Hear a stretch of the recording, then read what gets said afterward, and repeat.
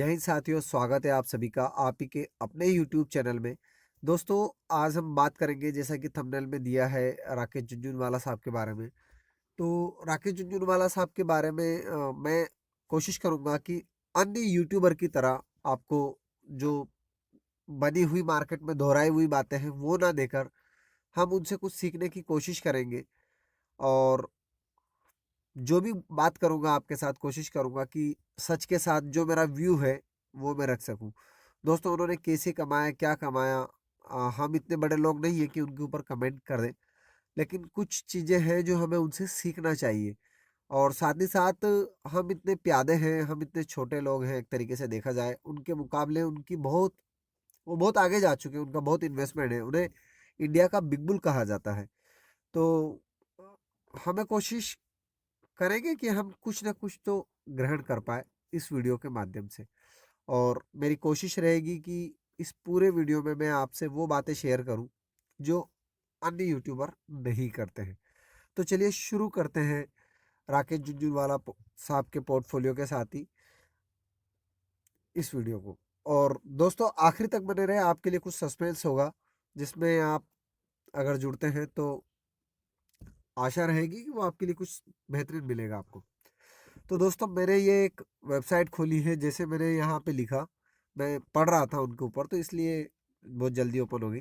राकेश झुनझुनवाला साहब पोर्टफोलियो अक्टूबर 2021, और ये सबसे ऊपर जो है ट्रेंड लीन करके है, इसी को मैं ओपन कर रहा हूँ। क्वार्टर एंडिंग सितंबर 2021 तक का शो कर रहा है। ओके, ये मैंने आपको शो करके दिखा दिया। अब 1960 का इनका डेट ऑफ बर्थ है, और सॉरी, जो पब्लिकली होल्ड है इनका 24,000 करोड़ का समथिंग है, 25,000 करोड़ रुपीज का इनका सिर्फ नेटवर्थ पब्लिक होल्डिंग का। बाकी जो है, बाकी अब देखते हैं इनके स्टॉक्स में। अगर हम देखें तो अभी प्रेजेंट टाइम पे नाल्को है, Indiabulls real estate, Canara bank, Federal bank, SAIL, Titan company, Tata communication, Escorts, Man Infocom, और ऐसी बहुत सारी कंपनियां हैं। टीवी 18 ब्रॉडकास्ट लिमिटेड, ये जो कंपनी है अंबानी साहब की है, आप चाहे तो चेक कर सकते हैं। एनसीसी, ओरिएंट सीमेंट, प्रकाश इंडस्ट्रीज, बिलकेयर, डीबी रियल्टी, और भी बहुत सारे स्टॉक्स हैं, करूर वैश्य बैंक, प्रकाश पाइप्स, और एडलवीएस एग्रोटेक, क्रिसिल, एपटेक, टाटा मोटर्स, फोर्टिस हेल्थ केयर, रैलिस, जुबिलेंट, इंडिया बुल्स हाउसिंग फाइनेंस लिमिटेड एंड टार्क, बहुत सारे स्टॉक्स इनके हैं। अब एमसीएक्स इन्होंने ले रखा है। दोस्तों, मेरा उनके ऊपर कोई मैं ब्लेम नहीं करूंगा, ये मेरी आदत नहीं है, क्योंकि हम अगर उनके जैसे बन जाए, अच्छे बुरे जैसे भी है, लेकिन वो जैसे भी है बेस्ट है, ठीक है। मेरा कहने का सिर्फ इसमें है, अभी लोग पेपर में आ रहा है कि झुनझुनवाला साहब ने नेल्को में अपनी होल्डिंग्स ले रखी है, quantity and value 250 crore rupees की अप्रॉक्स की। दोस्तों, हमें क्या सीखना चाहिए? हमें ऐसे स्टॉक्स से दूर रहना चाहिए। क्यों? जिस स्टॉक्स में एक बंदे की वैल्यू 250 करोड़ रुपीस की है, अगर वो किसी दिन निकालता है अपनी वैल्यू, झुंझुनवाला साहब अगर अपना वैल्यू निकालते हैं, तो अगर स्टॉक प्राइस जो भी चल रहा होगा, जहां पे भी चल रहा होगा, वो वहां से गिरेगा कि नहीं गिरेगा। अब वो वहां तक ऊपर जाता है या नहीं जाता है, और अगर गिर जाता है, हमें उस अपना चार्ट में सब में सारी चीजें सब फेल हो जाती है, अगर कोई भी एक इतना बड़ा प्लेयर अपनी होल्डिंग्स निकाल लेता है तो हमें ये सीखना चाहिए यहाँ से कि जहाँ पे बड़ी मछली बैठी हो, हम जैसे छोटी मछलियों को दूरी बना के रखना चाहिए। मैं तो बना के रखता हूँ। अगर उन्होंने लिया है और उसी दिन न्यूज आ जाती है, तो हाँ, मैं उसमें होल्ड करूंगा, 5 रुपए 10 रुपए खाऊंगा और निकल जाऊंगा। भारत में बहुत सारी कंपनियां हैं, हमें इन्हीं कंपनियों में नहीं करना है। अब मेरी कहने की बात समझ रहे होंगे कि अगर वो निकल जाते हैं तो हमारा तो पैसा डूब जाएगा। स्पेशली अगर लोग ऑप्शन में करते हैं, तो ये सारा हिलाने चलाने का काम वो कर सकते हैं, तो इसमें बचे। अब साथ ही साथ ये तो उनकी होगी public. Bulk and block deals की अगर हम बात करें तो देखिए, अभी यहाँ पे जी का शेयर शो नहीं कर रहा है। उन्होंने परचेस किए थे 220 रुपीज़ की जो भी प्राइस थी उससे, और इतनी क्वांटिटी 5 लाख अप्रोक्स क्वांटिटी ली थी और सेल कर दी। स्टॉक गिर गया। अब जो ऊपर फंस गया वो फंस गया।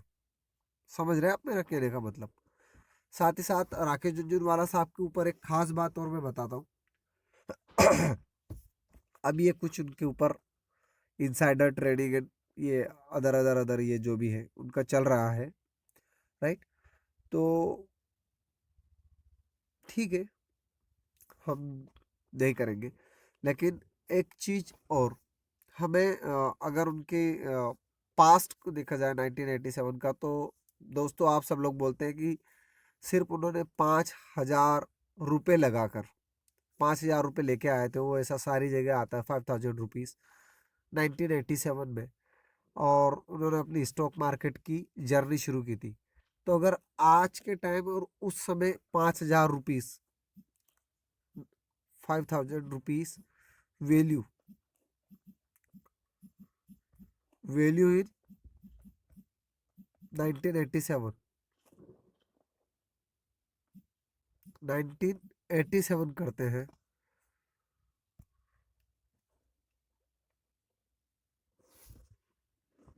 5,000 डॉलर की वैल्यू हो रही है $56,000। समझ रहे हैं आप। अब ये सिर्फ कैलकुलेटर बता रहा है 5,000 का 56,000 उस जमाने के टाइम पे, जब महंगाई दर इतनी नहीं थी। समझ रहे हैं आप। जब शक्कर का प्राइस, सोना जब होता था 2,000 रुपये 1,000 रुपये कुछ, उस समय गोल्ड देख लीजिए आप।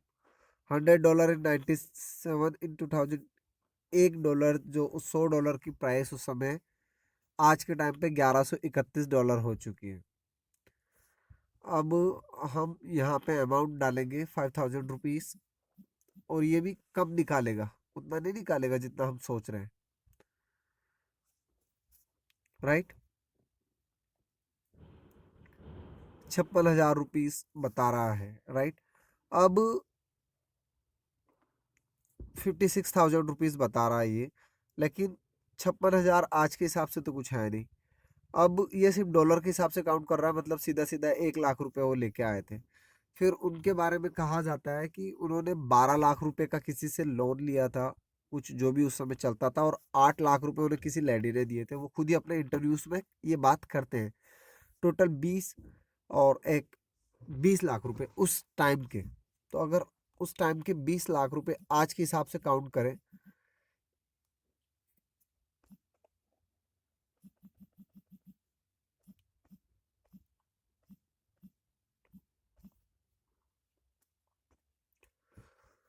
राइट, तो आज के हिसाब से वैल्यू होती है 22 करोड़ कुछ, 22 करोड़ रुपए। मतलब उन्होंने अपनी जर्नी शुरू की थी आज के हिसाब से 22 करोड़ रुपीस में। मैं अपने हिसाब से नॉलेज दे रहा हूँ, मैं सही गलत भी हो सकता हूँ। 22 से 25 करोड़ रुपीस में अपनी जर्नी शुरू की थी। फिर दूसरी चीज, उन्हें मेंटर, आपको मेंटर जैसे भी मैं हूँ, कुछ सालों का नॉलेज, या आप मुझे सुन रहे हैं, या किसी को भी सुन रहे हैं, हर कोई एक अपने अच्छे से सीखना चाहता है, राइट। और हम लोगों का इतना फंड भी नहीं है। 25 करोड़ वैल्यू करते हैं आज के टाइम पे भी और उस टाइम पे भी, राइट। तो अगर हम बात करें तो उनके जो गुरु थे, जो उनके गुरु थे, और उनके गुरु के गुरु कौन थे वो भी जानना जरूरी है।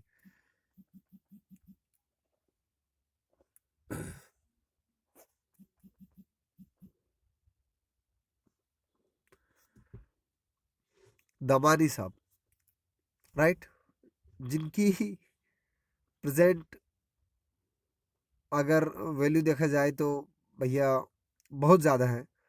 शायद प्रेजेंट टाइम पे उनकी वैल्यू होगी सॉरी, मेरे को थोड़ी सी सीजिंग है, सर्दी वर्दी हो रही है, इसकी वजह से ये इश्यूज आ रहे होंगे। 2,290 करोड़ रुपीस की उनकी यूएसडी डॉलर में है, राइट। तो और ये पहले से इनके फादर्स जो थे, जो एवेन्यू ब्रोकर्स करके आता था उस समय, तो इनके फादर्स भी पहले से ब्रोकरेज में थे। साथ उस समय के कोबरा किंग कोबरा कहे जाने वाले मनु माणिक जी, मनु माणिक या मुद्रा साहब जो भी थे, वो जिन्हें बहुत बड़ा मंदड़िया कहा जाता मार्केट का, जिनके एक इशारे पे मार्केट ऊपर नीचे हो जाता था, वो इनके गुरु थे, दमानी साहब के। तो एक जो गुरु का गुरु, और पूरी एक गैंग, एक थॉट्स प्रोसेस, हम जैसे लोगों के साथ रहते हैं, जैसा सोचते हैं, वैसा ही बहुत सारी चीजें। एक एक खास बात बताता हूँ। जब राकेश झुंझुनवाला साहब मिले थे दमानी साहब से, ये वीडियो आपको मिल जाएगा, मैं अभिषेक कर साहब को सुनता हूँ, सर का बहुत बेहतरीन वीडियो आते हैं, तो आप चाहे तो सुन सकते हैं। तो सर बता रहे थे कि जब वो मिले थे तो उन्होंने दमानी साहब ने, राधा किशन दमानी साहब ने उन्हें, झुनझुनवाला साहब को सिर्फ दो चीजें बताई थी कि एक तो मार्केट में कभी डरना नहीं, और दूसरा मतलब रिस्क लेने से नहीं डरना, सीधी सी बात। और दूसरा चीज जो है, दूसरा उनको सिखाया था कि अपने माता पिता के सिवा आपका कोई नहीं होता है, तो उनकी हमेशा रिस्पेक्ट करना। और जहां तक ये हम लोग देख भी रहे हैं कि सर ने आज तक, झुनझुनवाला साहब ने इन दोनों बातों पे बहुत ज्यादा गौर किया है। अब एक तो उन्हें सपोर्ट अच्छा मिला, एक चीज, और दूसरी बात अगर की जाए कि उनका जो वैल्यू था, जो भी इन्वेस्टमेंट था, वो भी बहुत था। तो उनकी जो, जिन लोगों के साथ उठक बैठक रही, या फिर जो उनके गुरु रहे, वो बहुत ही बड़े स्तर के खिलाड़ी या प्लेयर्स थे, राइट। अब एक उस जमाने में बहुत सारे जैसे बदला सिस्टम चलता था, वहां से चलता, जो मार्जिन्स होते थे वो बहुत ज्यादा होते थे। अगर उनके पास 20 लाख रुपए थे, 20 लाख रुपए का वो 100 टाइम्स तक का मार्जिन ले सकते थे, मतलब 20 लाख का 20 करोड़ रुपए का माल उस जमाने में वो उठा सकते थे। आज के टाइम पे तो सेबी ने बंद कर दिया है। होल्डिंग में कई दिनों तक होल्ड करने के लिए, स्टॉक्स को शॉर्ट सेल मारने के लिए, फ्यूचर को शॉर्ट सेल मारने के लिए, बहुत सारी चीजें। तो 20 करोड़ की वैल्यू बहुत बड़ी रकम होती थी उस टाइम पे, राइट। फिर एक अकेले की वैल्यू इनकी ये थी, दमानी साहब और मुंदड़ा साहब, जो बड़े उमाड़े के किंग कोबरा, उनका पोर्टफोलियो क्या होगा आप समझ सकते। ये जिधर बैठ जाते थे, ये बड़ी मछलियां थी, ये जिधर बैठ जाती थी खा जाती थी मार्केट को, राइट। तो अगर आप झुंझुनवाला साहब बनना चाह रहे हैं, आप सब लोग सोचते हैं कि मैं 5,000 रुपये मार्केट में लेके आता हूँ, और 5,000 से 5 लाख, 5 करोड़, 50 करोड़ कर लूँ, और उसी से सब कुछ चला लूँ, तो it is not a possible. फिर दूसरा, झुनझुनवाला साहब खुद अपना बोलते हैं कि उन्होंने शॉर्ट सेल किया। ऐसी स्थितियां थी जैसे एसएससी का स्टॉक 10,000 रुपये था, अब इतना बढ़ चुका था, तो सीधी सी बात है, अगर हम चार्ट ओपन करें निफ्टी का 1992 के टाइम पे, तो सीधी सी बात है कि उस समय जो है मार्केट अल्ट्रा बूम पे पहुंच गया था। और जब कोई सी भी चीज़ इतनी पहुंच जाती है, तो सीधे सी बात है कि उसमें एक ब्रेक आना ज़रूरी होता है। जब वो ब्रेक आया, बहुत सारी चीज़ें हुई, तो इन्होंने उसका फ़ायदा उठाया। बजट के टाइम पे इन्हें बहुत सारी इनसाइडर ट्रेडिंग का फ़ायदा होता है, जैसे आप कोइंसिडेंट मान सकते हैं, या उनका नॉलेज मान सकते हैं, या जो भी एक्स वाई जेड माने। आप देखिए, आपको, मुझे, किसी को, जी, जी हाँ, जी इंटरटेनमेंट की जो अभी डील हुई थी, जिसमें सारे पेपरों में सब में आया कि उन्होंने 60 करोड़ कमाई है, वो उस डील के जस्ट एक दिन पहले उन्होंने इतने करोड़ के शेयर लिए, और 15 दिन में बेच दिए। झुनझुनवाला साहब खुद बोलते हैं कि 1992 में उन्होंने 8-15 दिन में, 3 महीने में 39 करोड़, एक रात में 20 करोड़ रुपए, 2 करोड़ से 20 करोड़ कमाए। तो ऐसा लक सबके साथ नहीं चलता है। और दूसरी चीज, इतना डीप नॉलेज आपको हो, या फिर आप इतने बड़े खिलाड़ी हो, तो ही आप इतना रिस्क ले सकते हैं। अगर आपके तो 5,000 रुपये भी चले जाते हैं, 2,000 रुपये भी चले जाते हैं, तो लोग क्या क्या बोल देते हैं, और क्या क्या सोच लेते हैं कि मार्केट से निकल जाना, ये वो। तो आप समझिए बात को कि उन्होंने या तो रिस्क कह सकते हैं, या फिर उनका जो भी रहा हो, एक्स वाई जेड, राइट। तो मैं इस पे तो टिप्पणी नहीं करूंगा, आप खुद समझदार हैं। ऐसे लक्ष्य हमारे साथ नहीं चलते। उनके साथ चले हैं, और हर बार ऐसे लक्ष्य उनके साथ चले ही हैं। तो ये उनका डीप नॉलेज है, या जो भी है।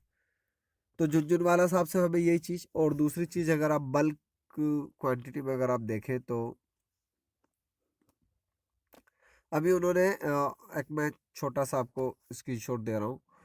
टाटा स्टील्स के उन्होंने परचेस किए, उनकी इंटरप्राइजेस ने, अक्टूबर नवंबर का, मई का है, 1174 रुपीज़ में कुछ ये स्टॉक्स लिए और सर ने लिए, राइट।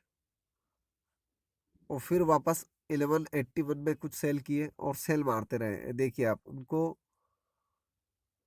मतलब जो भी स्टॉक्स हैं ये 303 रुपीज़ में उन्होंने लिया, और कब सेल कर देंगे कुछ पता नहीं है, कब सेल किया कब लिया आपको पता नहीं चलता है। लेकिन आप एक चीज़ देखेंगे, 1174 और सेल कर दिया 1181 में, 7 मई लिया, 10 मई को सेल कर दिया। मतलब सिर्फ कितने रुपए का, 7 रुपए का प्रॉफिट लिया एक तरीके से देखा जाए तो। मुझे नहीं पता किस तरीके से क्या है, और जो भी है देखिए आप,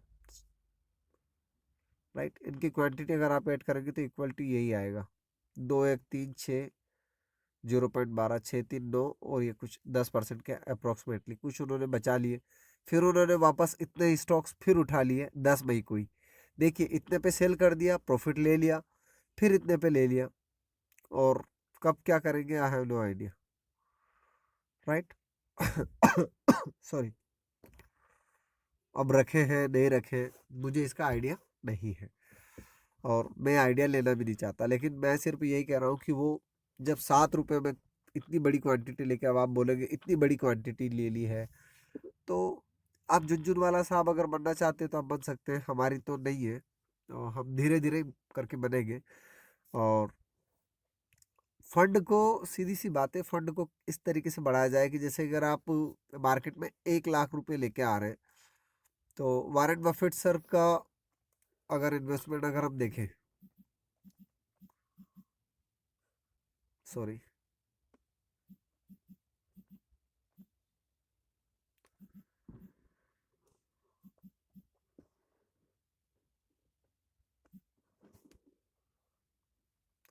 20%, ठीक।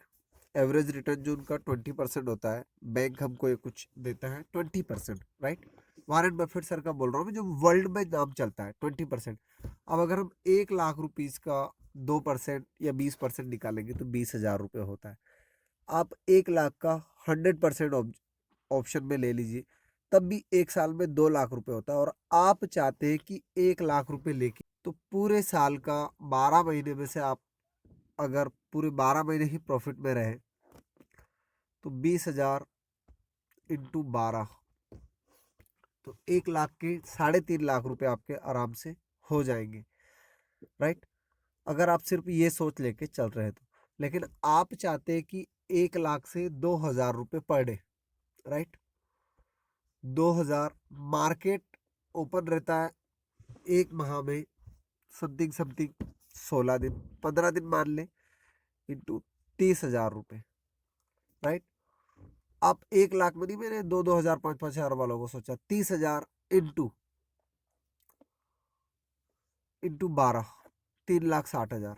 अब 1 लाख रुपए का 3,60,000 रुपये तो रिटर्न है, मतलब सीधा सीधा 4,60,000 रुपये, राइट। 4,60,000।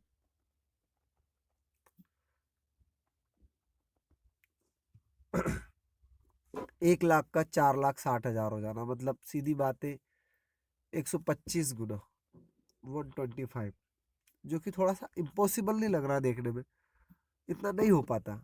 125 गुना रिटर्न, थोड़ी सी मेहनत करेंगे तो हो सकता है, लेकिन इतना नहीं।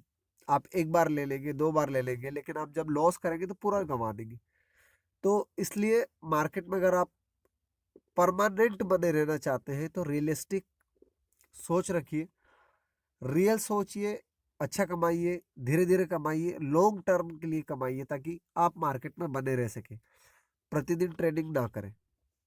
यही मेरी सलाह रहेगी। और आशा करता हूँ झुनझुनवाला साहब के पोर्टफोलियो को हम एक बार और देख लें कि कौन कौन से स्टॉक्स है, और बहुत बड़े स्टॉक्स है।